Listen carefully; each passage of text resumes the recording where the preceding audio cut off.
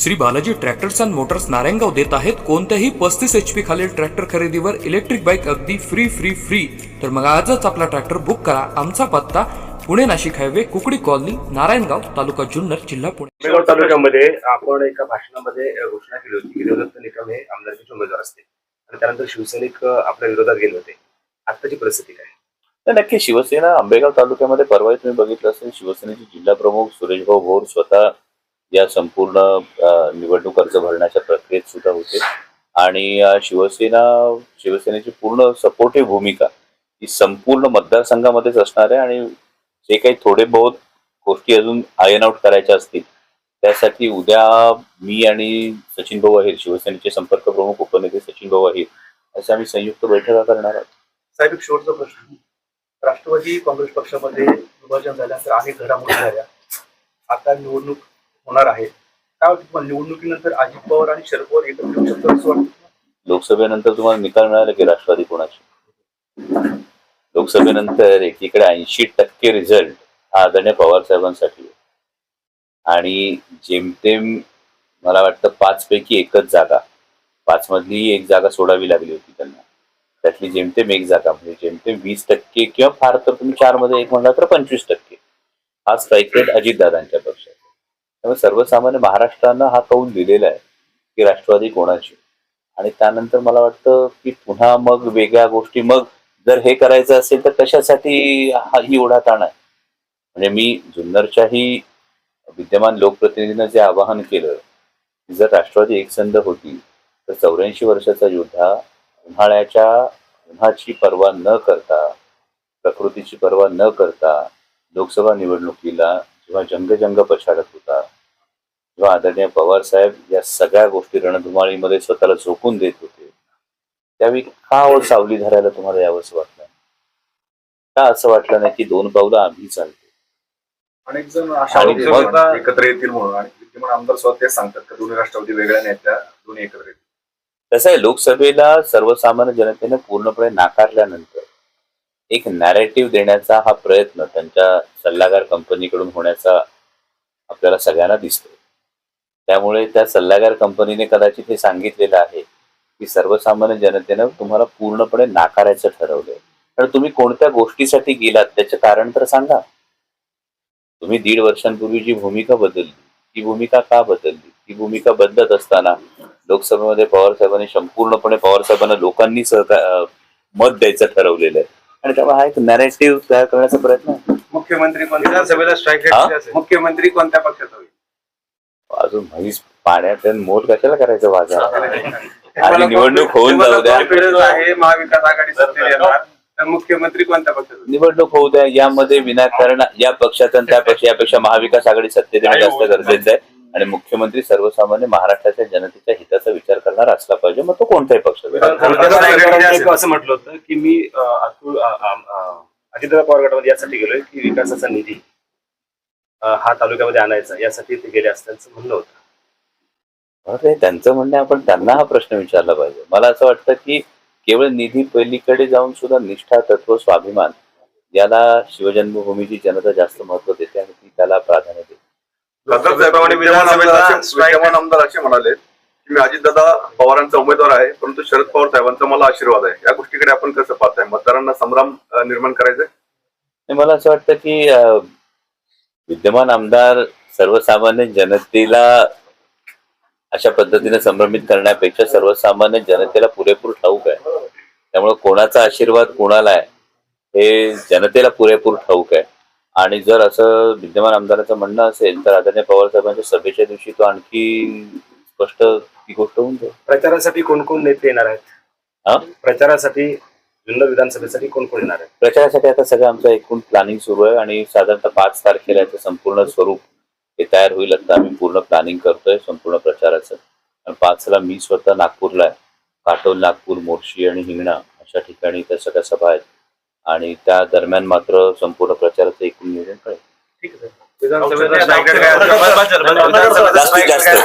जास्तीत जास्त आभार माना रत्नाकर सर, आभार माना पत्रकारांच्या वतीने. तुम्ही आपत्ती घोषित करू शकता तर महाराष्ट्र बिबट्याच्या संदर्भात जुन्नर वन विभागामध्ये राज्य आपत्ती का घोषित करत नाही? हा एक फार महत्वाचा प्रश्न, हा मिड टर्मचा विषय आहे. आणि शॉर्ट टर्मचा जो विषय आहे तो म्हणजे आता जे काही वन विभागाचे प्रयत्न सुरू आहेत त्यामध्ये रेस्क्यूची संख्या वाढवणं किंवा इतर जे अनायडर वगैरे सारखे ज्या गोष्टी आहेत याचा जास्तीत जास्त वापर करणं हे महत्वाचं आहे. आणि हे होत असताना बिबट सफारी सारखं जे गाजर आहे की ज्यामध्ये किती नेमक्या बिबट्यांचा अधिवास असणार आहे. 16 बिबट्या आहेत बिबट सफारी, म्हणजे आपण जनतेची लोकप्रतिनिधी म्हणून ही फसवणूक करतो आहोत का? की 16 बिबट्यांचा प्रश्न बिबट सफारीमध्ये सुटणार असेल आणि वन विभागाच्या क्षेत्रामध्ये 700 बिबटे असतील, तर मग या पद्धतीचं वेगळं काहीतरी डायव्हर्जन हे करण्यापेक्षा त्या प्रश्नाला मुळात हात घालणं गरजेचं आहे. आणि तुमचा दुसरा जो प्रश्न आहे की हो नक्कीच राज्यभर फिरायचं, एकूण 87 जागा राष्ट्रवादी काँग्रेस शरदचंद्र पवार पक्ष लढतो आणि हा एवढ्या 87 जागा लढत असताना दिवसाला अनेक सभा कराव्या लागतील. त्यातून जास्तीत जास्त वेळ हा शिरूर लोकसभा मतदारसंघाला देण्याचा माझा प्रयत्न असेल. पण माझा शिरूर लोकसभा मतदारसंघातल्या मायबाप जनतेवर विश्वास आहे. कारण जेव्हा बाहेर फिरतो तेव्हा अभिमानानं शिरूर लोकसभा मतदारसंघाचे मायबाप मतदार सांगतात की आम्हाला अभिमान वाटतं, आमचे खासदार राज्यभर प्रचारासाठी फिरतात, पक्षाच्या कामासाठी फिरतात. त्या पद्धतीनं शिरूर लोकसभा मतदारसंघातील मायबाप जनता नक्कीच ही बाजू सांभाळून घेईल आणि बालेकिल्ला ते मजबूत ठरतील अशी अपेक्षा. सतीश दादा, आता निवडणुकीच्या माध्यमातून आम्ही जनमानसाच्या प्रतिक्रिया घेतोय. त्याच्यामध्ये काही लोक म्हणतात की दादानी थोडासा अगोदर प्रवेश करायला पाहिजे होता शरद पवार गटामध्ये. याकडे ते सगळ्यात महत्वाचं का प्रवेश अगोदर करायला पाहिजे होता की नंतर करायला पाहिजे होता, यापेक्षा सगळ्यांना बरोबर घेऊन पक्षात बरोबर जाणं आणि त्यांचा आदेश पाळणं हे महत्वाचं होतं. खासदार साहेब, एक प्रश्न आहे. दुर्गम भागातलं कोपरे मांडवे हे गाव आपण दत्तक घेतलेले, पण त्या ठिकाणचा पाण्याचा प्रश्न आधीच सुटलेला नाही. लोकांना म्हणणं असं आहे का खासदार झाल्यावर साहेब यांचा सुद्धा इथे दौऱ्यावर आलेले नाही, हा प्रश्न कधी सुटणार पाणी? याच्यामध्ये आमचे 2-3 दौरे झालेले आहेत. यामध्ये आपण जर फाईल बघितली असेल पाण्याची, या संदर्भातल्या 3 बैठका या जयंत पाटील साहेब जलसंपदा मंत्री असताना झालेल्या आहेत. त्यानंतर तिथल्या ज्या बंधारे आहेत, ते 3 बंधारे जे करायचे, या बंधाऱ्यांचा निकष बदलण्यासाठी म्हणजे मी तत्कालीन पालकमंत्री आणि आत्ताचे पालकमंत्री यांना किमान आत्तापर्यंत 8 ते 10 पत्र पाठवलेली आहेत की आपला उतार आहे, उतार असल्यामुळे पाणी जेवढं साठतं आणि त्यासाठी खर्च जेवढा येतो याचा निकष बदलावा लागतो. आणि हा निकष बदलण्यासाठी अर्थ मंत्रालयाकडे खरं तर फाईल आहे, परंतु अर्थमंत्री ही फाईल मूव्ह करत नाहीये. दुसरी जर्मन प्री फॅब्रिकेटेड टँक्स, हे 3 टँक मंजूर आहेत. हे 3 टँक मंजूर असताना तिथली जी जागा आहे त्या जागेचं हस्तांतरण करण्यासाठी हा महसूल विभागाकडे प्रश्न आहे. मी माझ्या ऑफिसला मी तुम्हाला हवं तर सगळे पत्र व्यवहार द्यायला सांगतो, पण कामच करू द्यायचं नाही असं जर सरकारने ठरवलं, हे जागेचं हस्तांतरण करण्यासाठी प्री फॅब्रिकेटेड टँकचा निधी मंजूर आहे, पण ती जागा जी आहे आदिवासी समाजाची जी जागा आहे त्याच्या हस्तांतरणासाठी महसूल विभागाची जी स्पेशल परवानगी लागते ती परवानगी दिली जात नाही. 3 बंधारे प्लॅन रेडी आहेत, पण त्या 3 बंधाऱ्यांचा जो निधी बदलायचा आहे हा निधीच म्हणजे त्याचा काय म्हणतो आपण निकष जो आहे निधीचा, हा निकष बदलला जात नाहीये. त्यामुळे ही जो तिढा आहे हा महायुतीचं सरकार आल्यानंतर विशेषतः अनेक वर्षामध्ये महाराष्ट्रामध्ये ही परिस्थिती नव्हती. म्हणजे अनेक आमदार तुम्हाला सांगत असतील विकासासाठी जावं लागतं, म्हणजे कुठलाही पक्ष त्याच्या पक्षनिधीतून नाही खर्च करत हो, लोकांच्याच टॅक्समधून जातो. आणि कुठलाही लोकप्रतिनिधी जर लोकांच्या हिताची मागणी केली तर तो निधी देणं हे खरं तर सरकारचं काम आहे, पण गेल्या 2-2.5 वर्षात हे घडताना दिसत नाही. त्या लोकांचं पाणी सोडून अभिमुख काय नाही. सांगितलंय ना, सरकार बदलू द्या. खासदार साहेब ते म्हणणं त्यांचं म्हणणं काय आहे का खासदार झाल्यापासून एकदा आले नाही किंवा येतच नाही आणि ही अख्ख्या मतदारसंघात ओरडे तुमच्याबद्दल. खासदार साहेब तुम्हाला डायरेक्ट लोक बोलतील हे नाही बघा, बोलतील, ही तुम्ही राज्याचे नेते आहात, हा या सगळ्या गोष्टी फॉल्स बरोबर आहे, हा परंतु होती काय गंमत खासदार साहेब का तुम्ही नका लोकांच्या सुखदुःखात सहभागी हो, पण जे सार्वजनिक कार्यक्रम आहेत पक्षाचे, कोणत्या लग्नाला येऊ नका, अंत्यविधीला येऊ नका, दशक्रियांना, पण जे सार्वजनिक कार्यक्रम आहेत पक्षाचे म्हणा किंवा असे वेगवेगळे, तिथे तुमची उपस्थिती नसते अशी लोकांमध्ये चर्चा आहे. तसे घडवून आणणारी जी चर्चा असते तुम्ही तुमच्या डोळ्यांनी बघणारे आता आम्ही शेडबाबांच्या आलो होतो 27 तुम्ही मेला, बघणारे जे तिथे असतात. तुम्ही नव्हते. ऐका, आता शेठबाबांचं जेव्हा हे येतो त्यावेळी अधिवेशन सुरू असतं.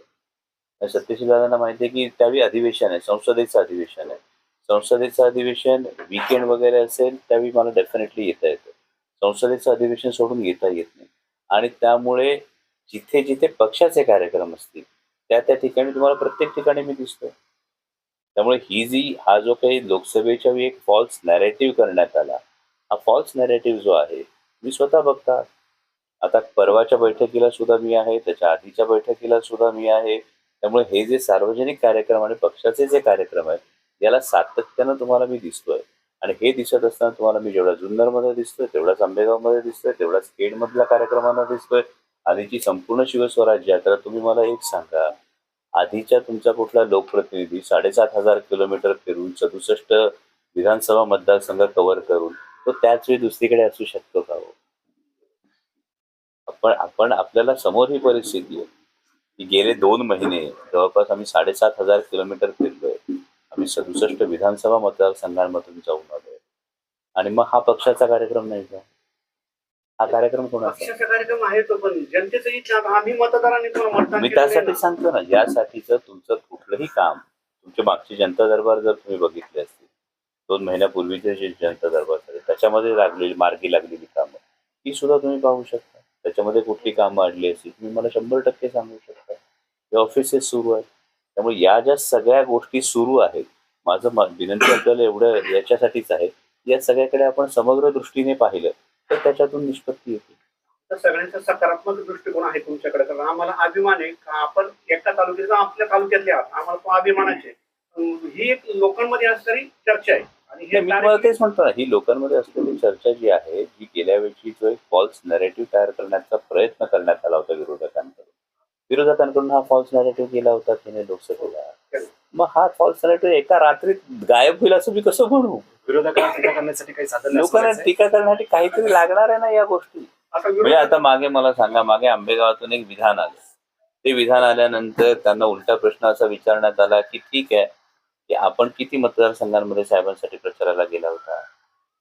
त्यानंतर 2 दिवसांनी माफीनामा आला. मी त्याच्यात कुठेही नव्हतो. बरं, हा प्रश्न विचारणारे सर्वसामान्य जनताच होती. त्यामुळे लोकसभेला दत्तक घेतलेल्या गावामध्ये लोकांनी आता मध्यंतरी पाण्याच्या प्रश्नासाठीच आंदोलन केलं होतं ना. ते असे म्हटलं ते का आमचा पाण्याचा प्रश्न आमच्या म्हणजे आतापर्यंत सुटलेलाच नाही स्वातंत्र्यापासून आजपर्यंत. आणि जर नाही सुटला तर आम्ही मतदानावर बहिष्कार टाकला होता. आपल्यापर्यंत आलं कधी गोष्ट आम्ही मतदानच करणार नाही, बहिष्कार टाकणार आहे असं त्या लोकांनी आंदोलन केलं तर आपल्यापर्यंत संबंध होतो. आपल्यापर्यंत एक मिनिट आपल्यापर्यंतची मतदानाची आकडेवारी आली का? नाही ते लोक म्हटली आपल्यापर्यंत त्याची आता लेटेस्ट झाले. माझी खासदार असं म्हणाले का बाबा प्रेस म्हणून आता झाले साहेब, आताचा विषय प्रेस म्हणून तुम्ही त्याची माहिती घ्या. प्रेस म्हणून तुम्ही जर हे सगळे प्रश्न असतील तर जांभुळशी मध्ये 7 मतं विरोधात. ऐका ना, कोपरे मांडवेमध्ये एकूण फक्त 50 मतं विरोधात आहेत. कारण या सगळ्या लोकांना माहिती आपण जेन्युअनली प्रयत्न करतो. काल रात्री मी कोपरे यश नाही आलं का सर? नाही ना, असं नाहीये. सरकारने त्याला जी मान्यता देणं गरजेचं आहे, त्याचा जो बंधारा आहे त्या बंधाऱ्यांचे निकष बदलणं गरजेचं आहे. हे निकष अजून बदलले गेलेले नाही. हे निकष बदलणं माझ्या हातात नाही, हे निकष बदलणं राज्य सरकारच्या हातात आहे. आपण या संदर्भात पूर्णपणे मांडणी केलेली वित्त विभागाच्या हातात हे निकष बदलणं. हे निकष अजून बदललेले. जर्मन प्रीफॅब्रिकेटेड टँकच्या जागा उपलब्ध करून देण्यासाठी महसूल विभागाची परवानगी आदिवासी समाजाच्या जागा या हस्तांतरित करण्यासाठी आपल्यालाही माहिती आहे. ही परवानगी महसूल विभाग देत नाही. त्यामुळे पाण्याचे प्रश्न सोडवण्यासाठी जे 2 महत्वाच्या गोष्टी आहेत यासाठी आपण हे करतो. तिसरी गोष्ट आहे ती MI टँकची जी आहे, ती MI टँकच्या संदर्भामध्ये बैठका झाल्यानंतर आता कृष्णा खोऱ्याच्या वॉटर अकाउंटमध्ये आपल्याकडे वॉटर अकाउंटमध्ये पाणी शिल्लक नाहीये. त्यामुळे थेट आपण MI टँक करू शकत नाही. त्यासाठी आपण ड्रिप इरिगेशनच्या माध्यमातून किती पाणी वाचलंय याचा अहवाल मागितलेला. सो या सगळ्या गोष्टी सायमल्टेनियसली सुरू आहेत. तिसरी महत्वाची गोष्ट आपल्या निदर्शनास आणून देऊ इच्छितो की संसद आदर्श ग्राम या योजनेमध्ये माननीय मोदी साहेबांनी 1ही रुपयाचा विशेष निधी, विशेष तरतूद ही संसद आदर्श ग्रामला केली जात नाही. आपण याची संपूर्ण माहिती घ्या. संसद आदर्श ग्रामला अशी कोणतीही तरतूद केली जात नाही. आणि त्यामुळे अनेक खासदारांनी नंतर ही संसद आदर्श ग्राम योजनेतून ऑप्ट आउट केलं की आम्हाला हे नकोय. जलजीवन मिशन जे आता काम चाललंय मग तिथपर्यंत नाही पोहोचणार. जलजीवन मिशन सर, तुम्हाला पुन्हा तेच सांगतो की जलजीवन मिशनचं पाईप टाकणं एक वेगळी गोष्ट आहे, त्याला वॉटर सोर्स अवेलेबल असणं एक वेगळी गोष्ट. त्याला वॉटर सोर्स आहे, विरोध राहील किंवा न राहील आपलं पाणी पाणी राहिलं पाहिजे एवढीच आमची भूमिका आहे. तो जर कालवा झाला ना, हा जो भाग आहे बेल्ट कुंजवाडीपर्यंत म्हणजे 55 किलोमीटर. आता पाण्याचा पूर्वीची परिस्थिती काय तुम्हाला माहिती, तुम्ही इथे राहा. तो जर बंद झाला किंवा त्याचं पाणी कमी सुटलं आवर्तना पुरतं तर संपूर्ण रिकॉर्ड पडणार आहे. ही समस्या मोठी आहे. त्या संदर्भात हा कालवा चालू राहणं महत्वाचं आहे. तो होणार किंवा न होणं हा पुढचा विषय. तो 100% आपलं त्यासाठी ही भूमिका शेतकऱ्यांच्या हिताची आहे. तहसील दादा, बिबट्याचा प्रश्न तालुक्यात खूप मोठ्या प्रमाणावर या ठिकाणी उपस्थित होत आहे. काही जणांना बिबट सफारी करायची आहे, काही जणांना बिबटची हद्दपारी करायची आहे. आपली नेमकी भूमिका काय आहे? तर तो त्याच्यामध्ये फार खूप मोठमोठे विषय, वेगळे वेगळे विषय आहेत. ते सगळे वेगळे वेगळे विषय एकत्रित करून त्याच्यातून आपल्याला मार्ग काढावा लागेल.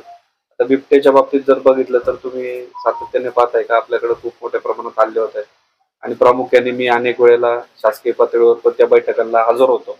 परंतु आता निवडणूक झाल्यानंतर आपण त्याच्यावरती एक योग्य ती दिशा ठरवून त्याच्यावरती आपल्याला कामकाज करावं लागतं. साहेब, तुम्हाला म्हणजे शिरूर लोकसभेबरोबर अन्यत्र सुद्धा प्रचारात जायला लागेल, कारण स्टार प्रचारक तुम्ही आहात. मग नेमकं हे सगळी सांगड कशी घालणार, कारण एकाच तारखेला सगळ्या निवडणुका आहेत. विभक्त आधीच्या एका प्रश्नाकडे येऊन जातो बिबट्याच्या संदर्भामध्ये, की बिबट्याच्या संदर्भामध्ये लॉंग टर्म, मिड टर्म आणि शॉर्ट टर्म अशा तिन्ही गोष्टी आपल्याला कराव्या लागतील. बिबट सफारी करून बिबट्याचा प्रश्न सुटणार नाही हे आपल्या सगळ्यांना ठाऊक आहे. लॉंग टर्मसाठी बिबट प्रजनन नियंत्रणाचा आपण सातत्यानं प्रस्ताव करतो. दुर्दैवानं मागच्या काळामध्ये आपण एक जी सातत्यानं मागणी केली होती राज्य आपत्ती घोषित करणं, म्हणजे विद्यमान आमदारांनी सुद्धा यामध्ये जिल्हा आपत्ती फक्त घोषित करण्यात त्यांना यश मिळालं. स्वतः माननीय उपमुख्यमंत्री अजितदादा पवार यांनी अत्यंत थट्टेच्या सुरात बिबट्याच्या संदर्भामध्ये भाष्य केलं होतं. मी आपल्या सगळ्यांना आठवण करून देऊ इच्छितो. माननीय आमदार महोदयांकडून ही अपेक्षा होती की त्यावेळी त्यांनी अजितदादांना त्या बिबट्याच्या प्रश्नाच्या संदर्भातलं गांभीर्य हे खरं तर सांगायला हवं होतं. वारंवार जे बळी जातात असं असताना आदरणीय दादांनी अत्यंत इंग्लिशच्या स्वरूपात हा विषय मांडला होता. याला आपण सगळेजण नक्कीच साक्षीदार आहात. आणि यामध्ये जिल्हा आपत्ती घोषित केल्यानंतर जो निधी येणं अपेक्षित होतं यातला किती निधी आला, किती निधी वन खात्यापर्यंत पोहोचला आणि जिल्हा आपत्ती घोषित करून यातून निष्पत्ती काही नव्हती. यातून आपल्या बरोबर नाही, तर हा गुंता कसा सोडवणार आहे? हे कसं आहे, 3 पक्ष एकत्र येऊन जेव्हा निवडणूक लढवतात तेव्हा प्रत्येक पक्षाच्या कार्यकर्त्यांच्या महत्वाकांक्षा असणं, त्यांच्या अपेक्षा असणं 100% रास्त आहे.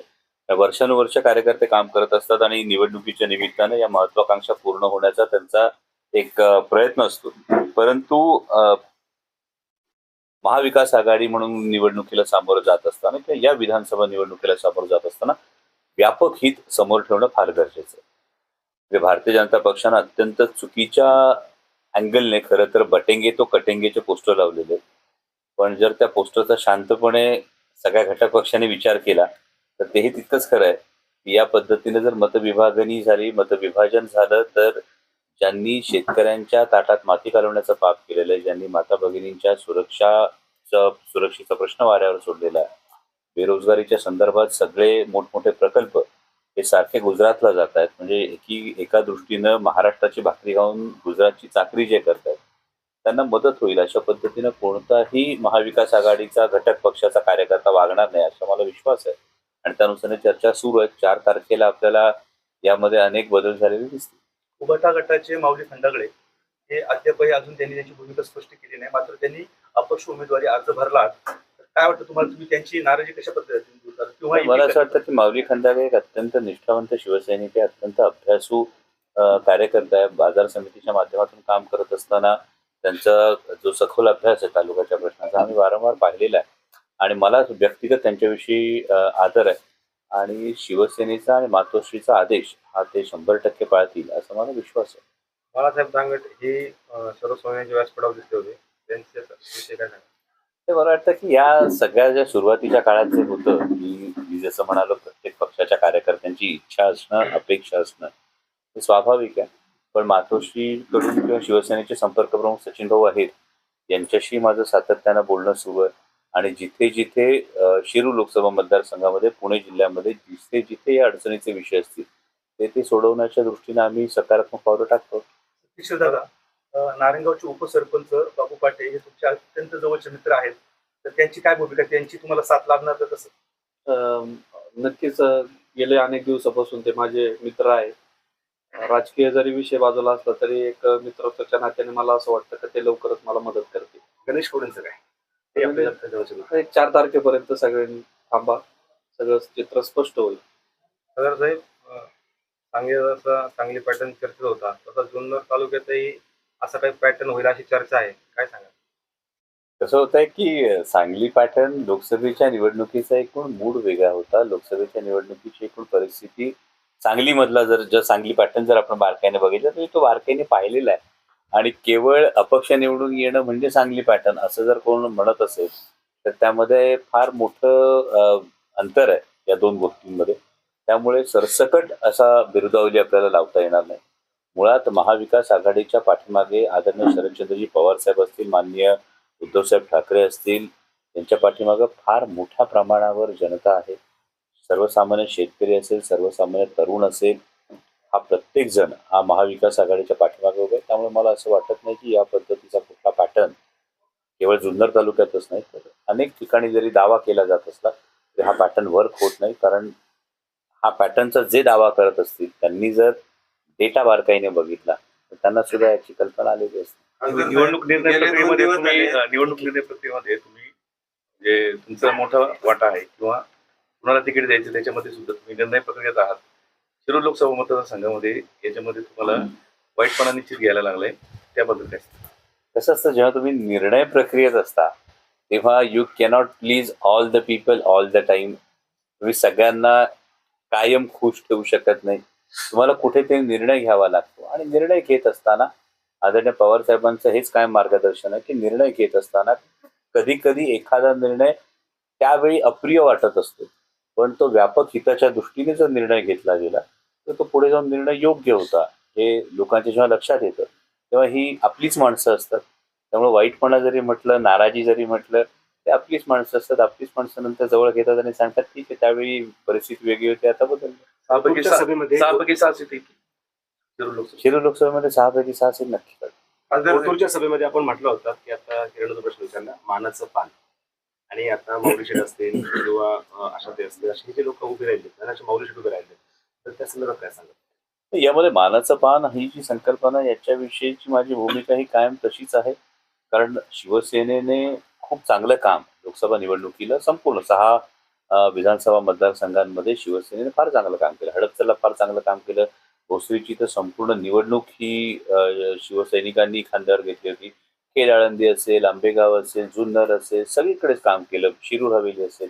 मग या ठिकाणी उद्या सत्ता आल्यानंतर अनेक गोष्टी आहेत, पुढच्या अनेक निवडणुका आहेत. या सगळ्या निवडणुकांमध्ये विश्वासात घेणं ही फार महत्वाची गोष्ट आहे आणि तसं नक्कीच घटक पक्षांना विश्वासात घेऊनच या पुढच्या सगळ्या निवडणुका या नक्की लढवल्या जातील. आणि त्यामुळे सर्वसामान्य शिवसैनिकांच्या ज्या अपेक्षा आहेत, म्हणजे मी जेव्हा जिथे जागा शिवसेनेला सुटली नाही तिथली ही गोष्ट, खेड आळंदीमध्ये हीच गोष्ट राष्ट्रवादी काँग्रेस, शरदचंद्र पवार पक्ष असेल आणि काँग्रेस असेल यांच्यासाठी आम्हाला एक करावी लागेल.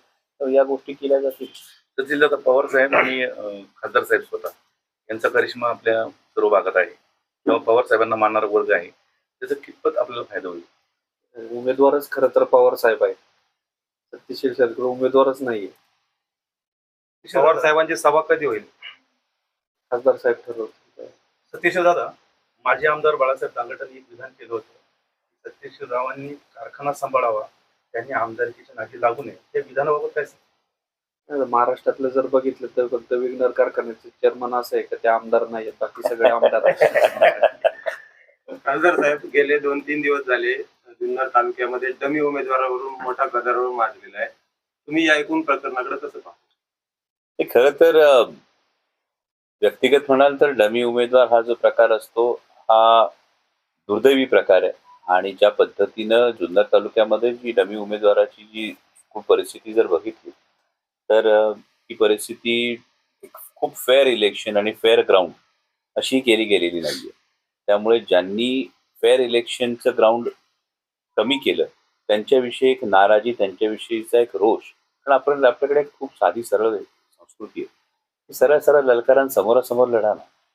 पण या पद्धतीचं होत असेल तर लोकांमध्ये एक नाराजी असते. परंतु दुसरी बाजू हीच आहे की जसं आपण म्हणतो everything is fair in love and war, तर त्या पद्धतीनं हाही डावपेच काही लोकजणांनी खेळलेला आहे आणि ज्यांनी हा डावपेच खेळलेला आहे त्यांना जनता काय कौल देते हे या समोरच्या येणाऱ्या काळात दिसेल. खासदार साहेब, आदिवासी नेते देवराम लांडे हे आपल्या संपर्कात होते, शरद पवार साहेबांना ते भेटून गेले. आता त्यांनी उमेदवारी अर्ज भरलाय. काय वाटतं तुम्हाला, ते माघार घेतील किंवा तुम्हाला सपोर्ट करतील असं वाटतं?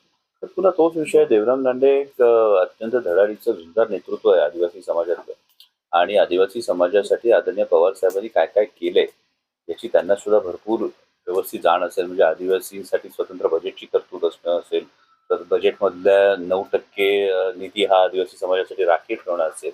आणि असं असताना दुसरीकडे मात्र भारतीय जनता पक्षाच्या माध्यमातून आदिवासी समाजावर, म्हणजे जे आदिवासी समाजाला आदिवासी म्हणायला सुद्धा तयार नाही ते वनवासी म्हणतात, मग वन हक्कासारखे कायदे आणून त्यांना विस्थापित करण्याचे जे प्रयत्न करतात, या सगळ्या गोष्टींना आपला हातभार लागेल का प्रत्यक्ष अप्रत्यक्ष, याचा देवराम शेट्टी नक्की विचार करावा आणि त्यांनी महाविकास आघाडीच्या बाजूने ठामपणे उभं राहावं.